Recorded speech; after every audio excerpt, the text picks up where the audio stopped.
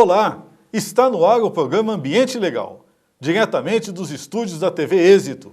Você pode nos acompanhar pelo site www.ambientelegal.com.br ou tvexito.com.br.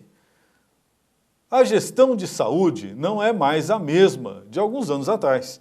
A enorme demanda por atendimento transformou antigos hospitais em verdadeiros complexos hospitalares, envolvendo atendimento de ponta, desde doenças raras e infecciosas até mesmo aos serviços de hotelaria. A gestão hospitalar, portanto, enfrenta hoje a missão de lidar com os impactos ambientais nocivos de um serviço essencial para a saúde. Exemplo disso é a complicada situação dos chamados resíduos dos serviços de saúde, o chamado lixo hospitalar, bem como a geração de energia para suportar toda a demanda. Não é por outro motivo que a Universidade Federal do Estado de São Paulo, que é titular do Hospital São Paulo, tradicional aqui em nossa capital, montou um novo departamento de gestão e segurança ambiental, não apenas do hospital, mas de todos os campos universitários da Unifesp no estado de São Paulo.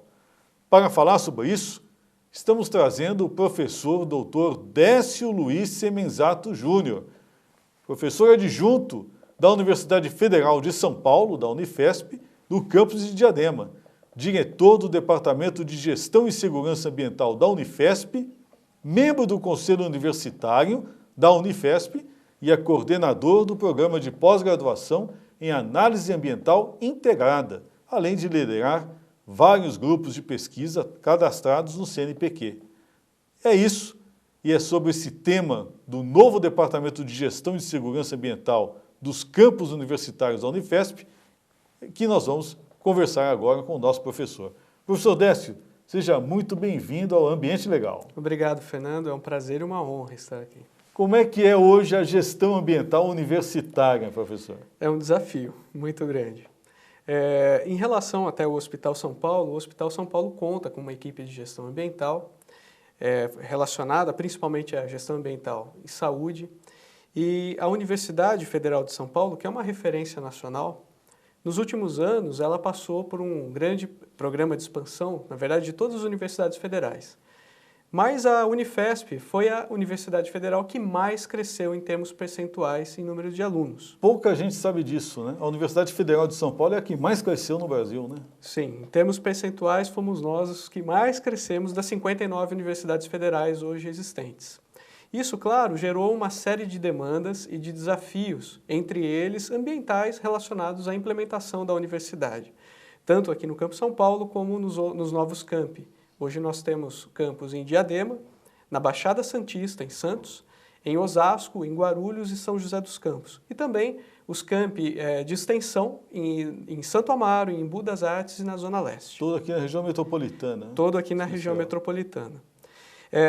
Agora, em relação ao Hospital São Paulo, que é um hospital tradicional e uma referência nacional em ensino, pesquisa e extensão na saúde, há, de fato, uma série de desafios relacionados aos hospitais universitários e às suas condições que nós temos visto no país.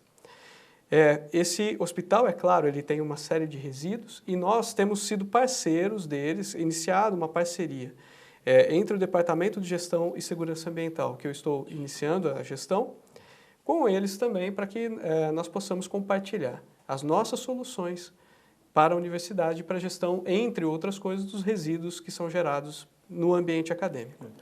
Como é que é hoje essa análise dos resíduos gerados nos campos universitários? É resíduo que não acaba mais, né?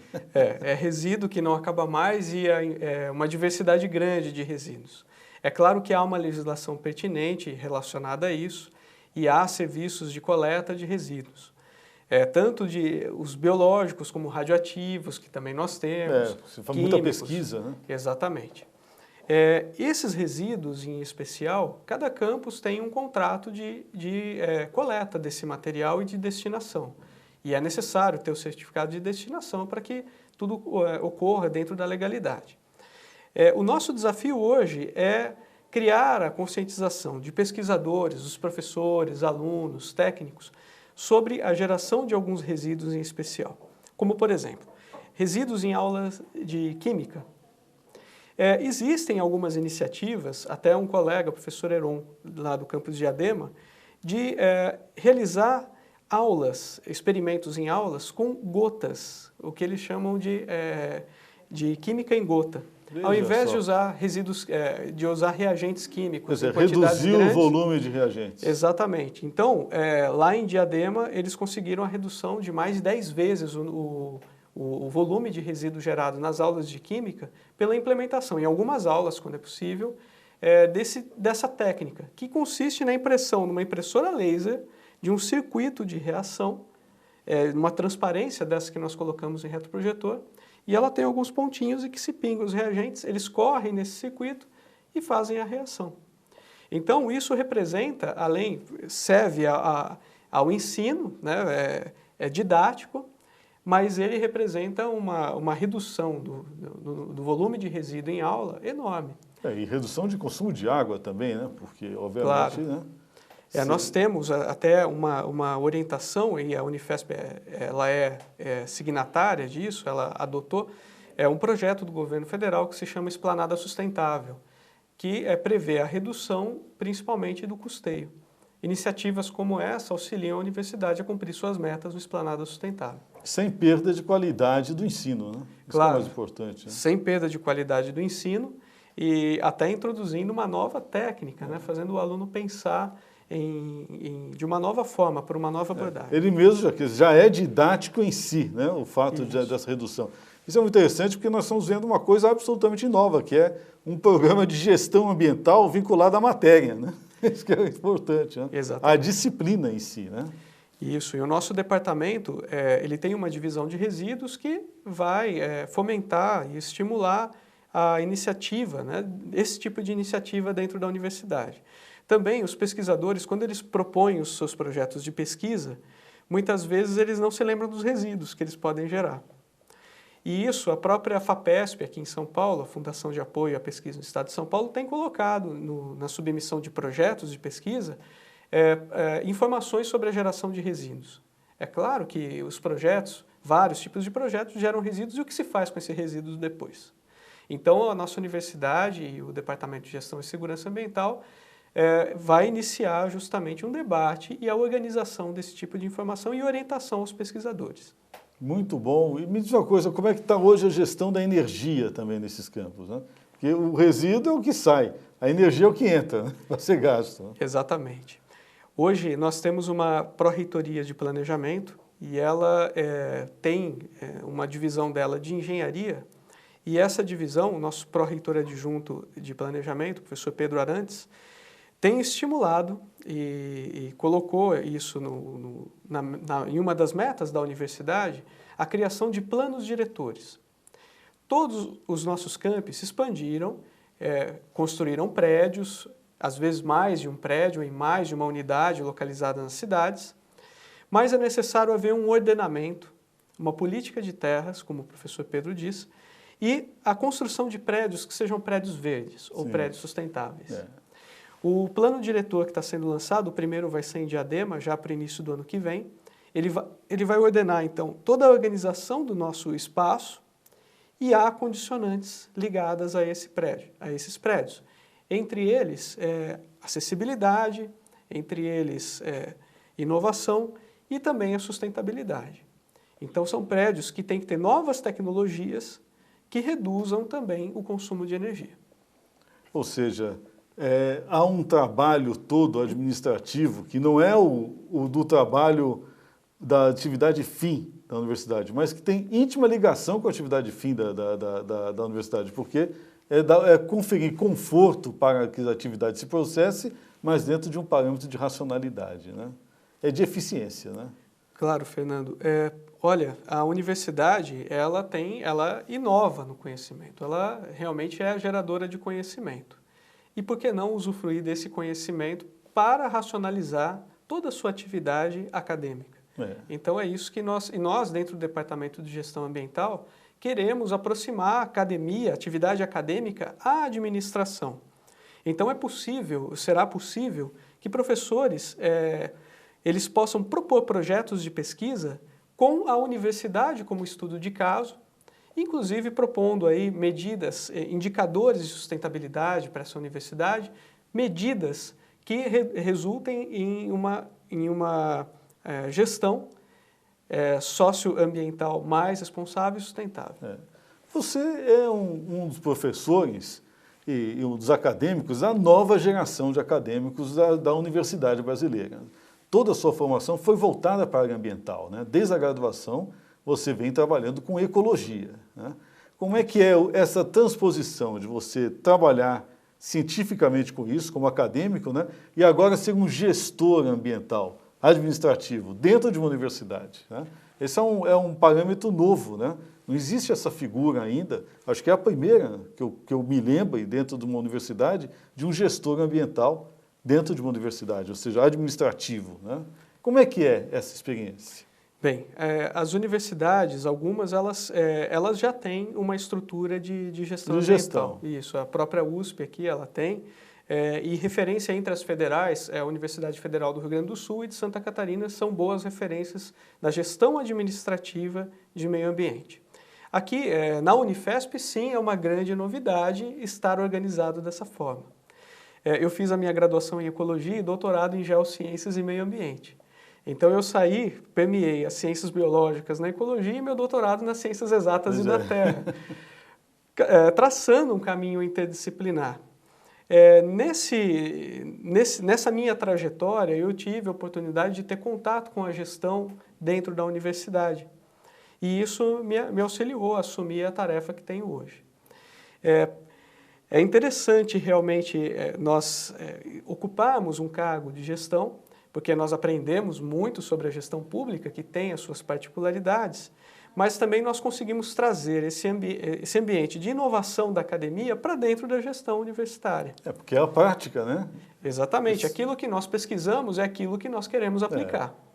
E isso, além de ser um desafio, também é uma honra e uma grande oportunidade para mim e para a universidade. Como é que tem sido a implantação dos programas? Vocês já estão elaborando programas em relação à universidade? Quer dizer, quais são os pontos básicos de ação desse novo departamento de gestão? Bem, nós começamos a organizar administrativamente porque a inserção dele na malha administrativa tem reflexos em todo o sistema de gestão federal. Então, há um primeiro passo para isso. E agora nós criamos, junto a esse departamento, uma Câmara Técnica de Gestão Ambiental. Nesta Câmara Técnica tem assento todos os campi da universidade, os diretores administrativos e um representante dos servidores ou docentes ligados a alguma atividade administrativa de gestão ambiental no campus. Essa Câmara de Gestão Ambiental, ela vai definir as políticas, as normas, as ações, diretrizes, programas relacionados à gestão ambiental na universidade do ponto de vista administrativo. E o nosso departamento vai articular e executar essas diretrizes e políticas de acordo com o que foi definido e consensuado com todos os campi. Entendi. Então, é uma gestão compartilhada com os campi da administração central com a administração dos campi. Nós queremos lançar para o próximo ano uma política que nós chamamos de Pensa Unifesp. E Pensa é Política de Excelência em Sustentabilidade Ambiental da Unifesp.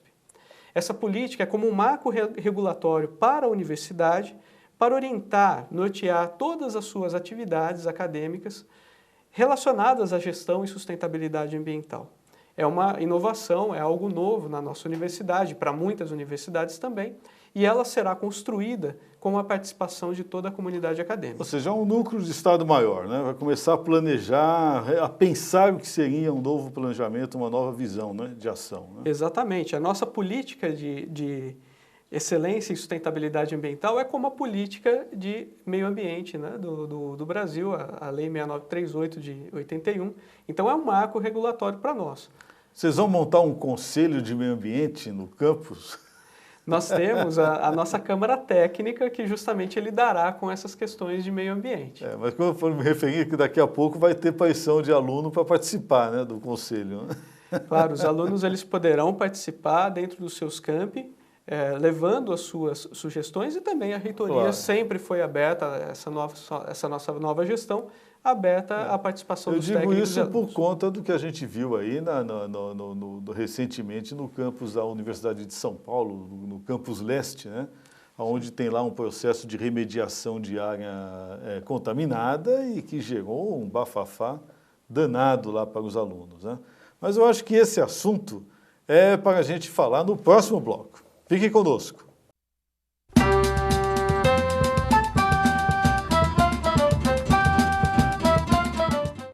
Pinheiro Pedro Advogados. Direito, justiça, cidadania e sustentabilidade.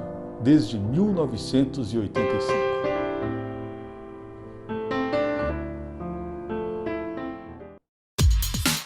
Com mais de 600 metros quadrados distribuídos em 4 estúdios, a TV Êxito atende às necessidades do mercado publicitário, institucional e corporativo. Produzimos vinhetas, programas para rádio, TV e web, campanhas políticas, videoaulas, cobertura de eventos com transmissão ao vivo. Em nossa estrutura, estúdios com cenários físicos e virtuais, equipe e equipamentos que atendem à exigência do cliente.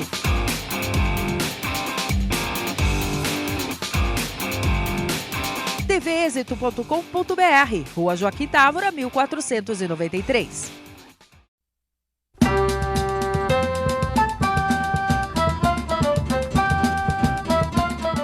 Estamos de volta com o programa Ambiente Legal, numa entrevista interessantíssima com o diretor do primeiro Departamento de Gestão Ambiental da Universidade Federal de São Paulo.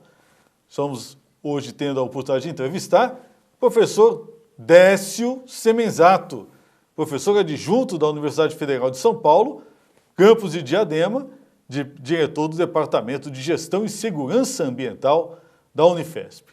Professor, nós no primeiro bloco falamos sobre as iniciativas e o plano hoje de gestão, né, administrativa dos campos universitários, né, como chama-se, campi, né, em todo o estado de São Paulo, né? Mas agora eu queria mais me deter sobre a questão da formação. O senhor, formado em Ecologia, né, em Rio Claro, né? Isso. Grande terra, o campus universitário de Rio Claro, um dos mais bonitos que eu já vi até hoje, né? E com pós-graduação em Geociências, né? Portanto, é um homem absolutamente interdisciplinar.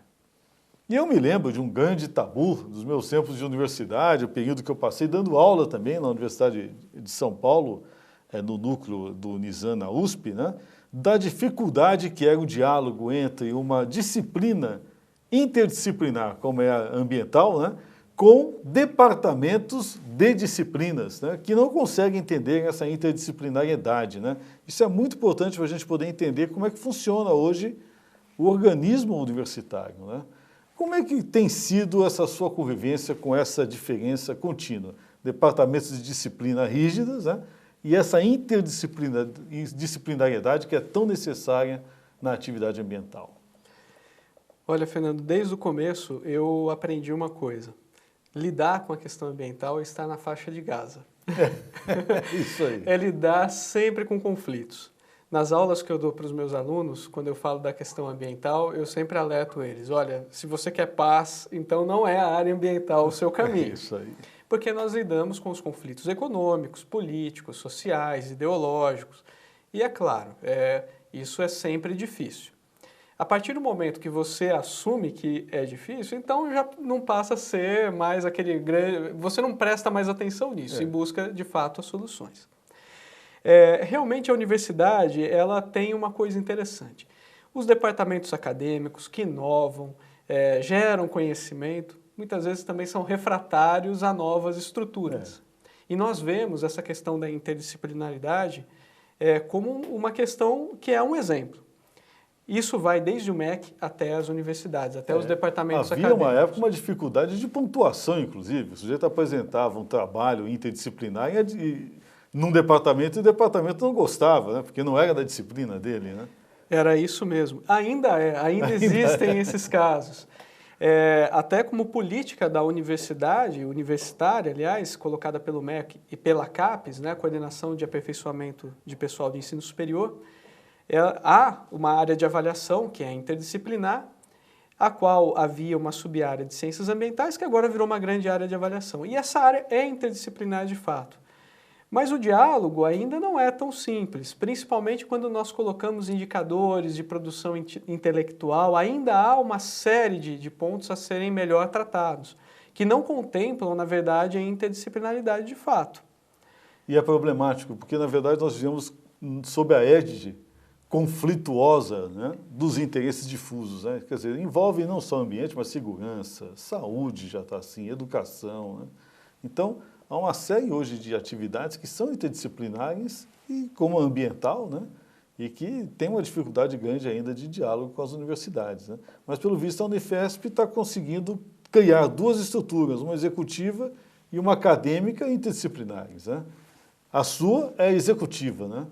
E aí vem uma outra pergunta importante. Você a vida toda trabalhou academicamente pensando na questão ambiental e na gestão ambiental.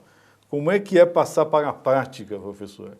Ser um gestor, aquele que vai recolher o lixo ali no terreno, consertar um problema de vazamento, de efluente contaminante, né? Solucionar o problema de contaminação do solo, né? No dia a dia. Como é que tem sido a prática, a praxis? A praxis, ela não é tão simples assim, porque realmente ela depende de uma mudança de cultura, uma mudança de hábitos, de quem pratica. É claro que quando nós estamos na universidade desenvolvendo os nossos projetos em laboratório, com nossos alunos, em campo também com nossos alunos, há a identificação de uma série de pontos de melhoria e avanço do conhecimento.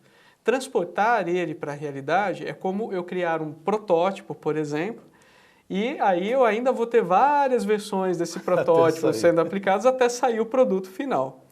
Da mesma forma, eu percebo que é essa situação de sair de um pouco da atividade acadêmica, que eu não me afastei completamente, continuo exercendo minhas atividades com aula, orientação de alunos, mas trazer à prática é trazer uma série de protótipos até a gente conseguir o aperfeiçoamento de um que funcione. E isso envolve realmente quebrar a cristalização de alguns hábitos das pessoas. Eu me lembro que, como você colocou no início do programa, você falou que a Universidade de Santa Catarina Federal está bem avançada. Eu estive lá uma época e eu vi na área do direito, por exemplo, eles montaram um departamento de prática processual e que começou realmente a discutir, os próprios alunos começavam a entrar na prática com ações civis públicas, ambientais, ou seja, a universidade quase que se transformou numa ONG, né? E é uma prática no dia a dia, né? Está pensando em fazer aqui, no seu departamento, de repente, abrir um estágio prático? O nosso departamento está disponível às demandas de projetos universitárias e, aliás, é até um reforço para a nossa atividade. De fato, a Universidade Federal de São Paulo hoje é muito mais complexa do que já foi na sua história, porque nessa expansão não foi só uma expansão numérica em número de alunos, mas, sobretudo, nas suas áreas de formação, nas áreas de conhecimento. Hoje a Unifesp é uma universidade plena nesse aspecto. Nós temos a área de ciências humanas, exatas e da terra, biológicas, tecnológicas, todas elas estão abarcadas pela Unifesp. Então, alunos que estão relacionados de alguma forma à questão ambiental e que queiram contribuir com seus projetos, tendo a Unifesp como estudo de caso, nós estamos à disposição e vamos fomentar, e será muito bom para nós elevarmos a Unifesp a um patamar superior de desempenho ambiental. Voltando agora na sua atividade acadêmica, você trabalha com uma matéria muito importante, muito cara para quem lida com a gestão ambiental, que é a avaliação ambiental integrada, né? Como é que você tem visto hoje a dificuldade, né, de implantação, de implementação da avaliação de impacto ambiental em nosso país, né? Ainda está caminhando, né? Nós já temos uma legislação que já vai fazer uns 30 anos de idade, está madura já, né? Daqui a pouco se aposenta, e ainda os nossos gestores engateando no que tange a isso, né? Como é que o senhor tem visto academicamente, no dia a dia, a formação de pessoas para lidar com essa coisa importante que é a avaliação de impacto ambiental? O que é isso para o senhor? Bem, os problemas eles têm se tornado, ou temos reconhecido eles de uma forma cada vez mais complexa. De forma que formações disciplinares, embora sejam absolutamente necessárias e devem continuar, elas muitas vezes não conseguem acessar exatamente essa complexidade que um problema ambiental, a maior parte deles, se caracteriza. Nesse aspecto, é necessário realmente ter a formação de alunos com as áreas de conhecimento transversais e que possam dar a ele, na verdade, a capacidade de diálogo entre as áreas disciplinares. No nosso campus em Diadema, por exemplo, nós temos um curso de graduação em Ciências Ambientais que procura formar um profissional assim. E recentemente aprovamos um mestrado em Análise Ambiental Integrada, que também tem o objetivo de formar o articulador dessas equipes disciplinares. É o chefe de equipe, né? É aquele sujeito que consegue conversar com o cientista social, com o geólogo, com o engenheiro e com o biólogo. Ou seja, entender é o cara da todos faixa eles, de Gaza. É o cara da faixa de Gaza. Conversa com todos eles e faz eles se entenderem, se conectarem. A ecologia, ela nos traz uma lição bastante interessante, que nós chamamos de ecologia de redes, que também está relacionada à comunicação e à teoria da complexidade. Todos os pontos estão conectados entre si. E qualquer perturbação sobre um ponto tem reverberações diferentes nos pontos que estão conectados e subconectados. Então, qualquer iniciativa, por exemplo, de um gestor público na sua administração, seja desde da universidade ou da prefeitura, estado, país, tem uma repercussão sobre toda essa rede. Uma das vertentes dessa rede é a vertente ambiental. E aí nós precisamos realmente ter profissionais, e esses profissionais estão começando agora a ser formados, para poder atender a essa demanda. No começo, eles, há alguns anos, de 10 a 15 anos, eles estavam sendo formados por profissionais disciplinares que entendiam a interdisciplinaridade na sua atividade acadêmica. Mas agora, esses primeiros profissionais interdisciplinares estão ocupando o espaço nas universidades como professores, formadores de opinião, orientadores. E aí sim, nós estamos agora no país tendo um contingente, quadros de pesquisadores e professores que tiveram a sua formação desde o primeiro dia da universidade interdisciplinar. Nós tivemos a primeira geração de gestores ambientais, ainda dentro desse aspecto disciplinar, mais fechado, mais restrito, que acabou resvalando para aquilo que a gente chama de biocentrismo, né? Indivíduos absolutamente desumanizados, né? O sujeito vai lá, é o biólogo, só vê aquela questão e desconhece, ou faz questão às vezes de desconhecer, o fator humano, né? Como se o fator humano fosse um vírus que tivesse que ser erradicado do equilíbrio ambiental, né? Como é que tem sido hoje, dentro da universidade, já dentro dessa interdisciplinaridade, combater essa visão que a gente costumava dizer verdinha demais, né? E pouco humana, né? Da questão ambiental? Olha, essa dificuldade ela tem sido suplantada com a atualização das grades curriculares dos cursos de graduação, em que os temas ambientais, existem os cursos destinados aos temas ambientais, mas aqueles que não são ambientais têm recebido disciplinas interdisciplinares, transdisciplinares, transversais, relacionados à educação ambiental como um todo. Por exemplo, lá em Diadema nós temos a formação de farmácia e bioquímica, engenharia química, química e ciências biológicas, além das ciências ambientais e licenciatura plena em ciências. Esses cursos de farmácia, engenharia química, química, eles têm disciplinas voltadas à ecologia, à geologia no começo do curso. E é um desafio dar aula para um engenheiro químico ou um farmacêutico. Por que eu estou tendo aula de ecologia se eu vou ser farmacêutico? Eu dou algumas aulas para eles e eu tento mostrar essa questão de conexão de redes, em que realmente um farmacêutico que domina, pelo menos como cultura, a questão ambiental, ele sai na frente. Ele, antes de tudo, vai ser um cidadão melhor conscientizado. Exatamente. E isso é importante. Portanto, esses conteúdos transversais têm sido fomentados, têm sido estimulados, e a Unifesp tem feito um esforço nesse sentido. Essa questão que a gente tem observado, isso é muito importante. Se não houver essa gradativa inserção na área da disciplina, fica muito difícil você humanizar a questão ambiental, né? porque nós tivemos um risco muito grande em relação a isso no passado e agora até pouco tempo, né? Mas essa transição ela tem que começar por onde começou a ter os primeiros conflitos nessa área, que é justamente na área acadêmica, né? E o senhor tem posto mais humanidade nessa questão, mas e as disciplinas humanas já estão assimilando a questão ambiental? Eu percebo que em várias universidades realmente tem incorporado, já que a questão ambiental ela é também uma questão social, de inserção social da organização da sociedade.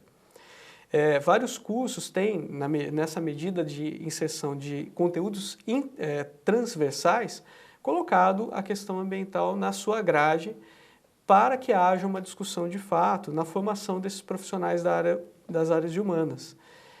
O interessante é que as universidades hoje, em vários campi, eles não têm sido unicamente temáticos. Em um campus você pode ter, e isso nos novos campi, várias formações diferentes, em que professores que foram lá formados na área de ciências exatas, de biológicas, ou da terra, ou tecnológicas, ele tem um contato com esses alunos da área de humanas. E isso, de alguma forma, já começou a dar algum efeito na formação dos alunos. Ou seja, estamos diante de uma nova era de universidades que resgatam o conceito universal, né? Isso é o mais importante, né? É necessário quebrar o paradigma, mas o interessante é que eu particularmente vejo que nós estamos um pouco voltando na história natural. Nós não tínhamos há décadas atrás a formação disciplinar, se formavam historiadores naturais, e isso no século passado, retrasado. E nós estamos resgatando a ideia, não vamos formar historiadores naturais de novo, mas a ideia do historiador natural, que tem contato com tantas outras áreas, e até aquele que não é da área de humanas, mas que tem que ter contato com política, com legislação, com filosofia, tem sido retomado em alguns conteúdos da universidade. Isso é bom para você que está nos assistindo, quer dizer, há uma mudança em curso no espírito da universidade e um resgate humanista e universal, né, que, de certa maneira, tinha sido abandonado há uns 40 anos atrás, aí, pelo menos, né? Muito obrigado, professor Décio, pela sua participação e por nos expor todas as mudanças e conquistas que estão sendo hoje introduzidas em nosso campi, né, em nossos campi universitários da Universidade Federal de São Paulo. Viu? Fernando, eu agradeço, estou sempre à disposição e parabenizo pelo sucesso do seu programa. Tá, muito obrigado e obrigado a você que nos assistiu. Fique sempre conosco.